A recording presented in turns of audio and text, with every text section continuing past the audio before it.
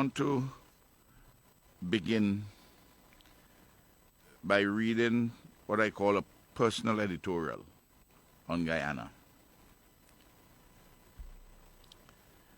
For persons who outside of St. Vincent and the Grenadines who don't know me, I just want to introduce myself. I'm the Prime Minister of St. Vincent and the Grenadines, and I am the Chairman of CARICOM, and my name is Ralph E. Gonsalves, and this is a personal editorial on Guyana. On July the 8th, 2020, the Caribbean Court of Justice, CCJ, delivered its judgment on the long-running saga touching and concerning the election of the President and members of the National Assembly of Guyana. The general and regional elections held as long ago on March the 2nd, 2020. Notice the date, March the 2nd, 2020. That's when the elections were held. The CCJ's judgment was lucid in every material particular. And as Guyana's highest and final appellate court, it is authoritative. Thus, any attempt, however ingeniously clothed, to litigate all over again this or that matter upon which there has been a final determination, or upon which the CCJ has pronounced authoritatively, is tantamount to an abuse of the process of the court, or is frivolous and vexatious.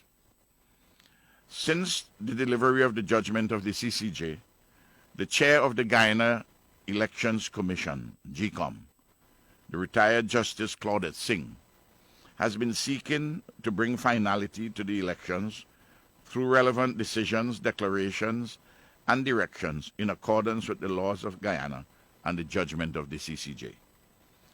Her central focus has been to get the valid votes as identified or defined by the CCJ counted.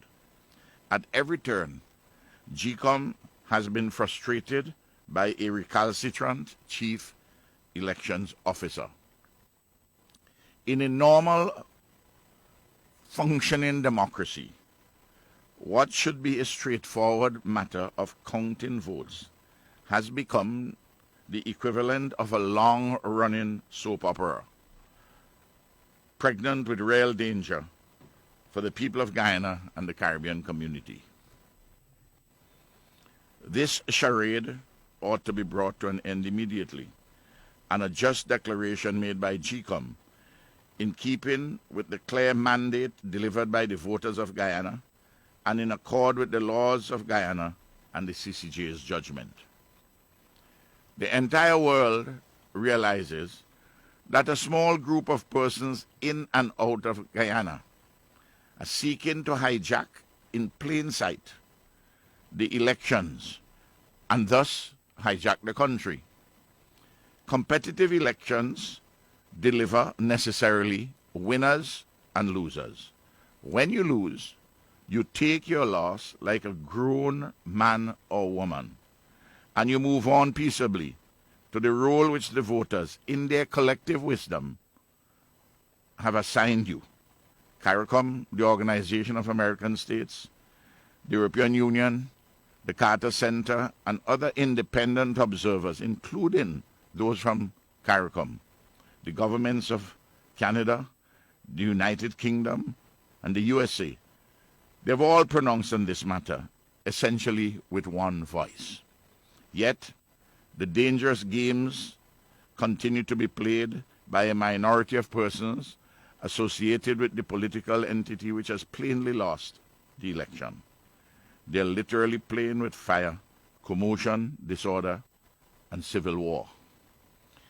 The leaders of CARICOM, including St. Vincent and the Grenadines, cannot and must not appear to be indifferent to and detached from what is happening in Guyana. That significant country, Guyana, and its industrious people of the highest quality are dear to us in CARICOM. We are in solidarity with the people of Guyana. We defend on an ongoing basis the territorial integrity of Guyana. Today, CARICOM defends democracy in Guyana. We defend the voters of Guyana. We are on the side of the angels in the standoff between those who reject the people's verdict and those who insist properly on its observance, recognition, formal declaration, and implementation.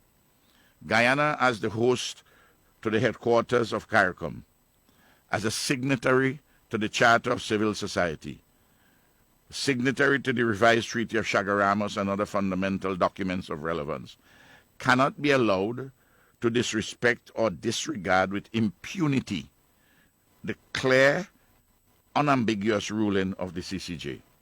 The time for decisive action is shortly upon us. I am deeply disturbed at the credible reports that persons purportedly allied to certain political forces in Guyana have been threatening, defaming, and verbally abusing leading personalities in the CARICOM Secretariat, including the Secretary General, His Excellency Erwin LaRocque. This is wholly unacceptable. Accordingly, I publicly call upon His Excellency President David Granger, an honorable man, to denounce those who have been engaged in such threats, defamation, and verbal abuse. The voices of all decent men and women of democratic temper must join in the denunciation and condemnation of those whose nefarious agenda is antithetical to everything that is good and honorable in our civilization, our Caribbean civilization. These self-same vile and vulgar persons have failed in their attempts to curse and bully Prime Minister Mia Mottley and former Prime Minister Owen Arthur and me. They have now turned their attention to senior staff members of CARICOM and other reputable persons in Guyana and the Caribbean community. We must continue fearlessly to do the right thing. The evil of the anti-democratic brigands must not be allowed any space to triumph. I await soonest the declaration by the chair of GCOM of the results of the elections. It is long overdue. Thank you. I will have that statement, that editorial, circulated. I'm sure that persons are listening, because I remember when I first made a statement on this radio station, it has picked up very swiftly in this program.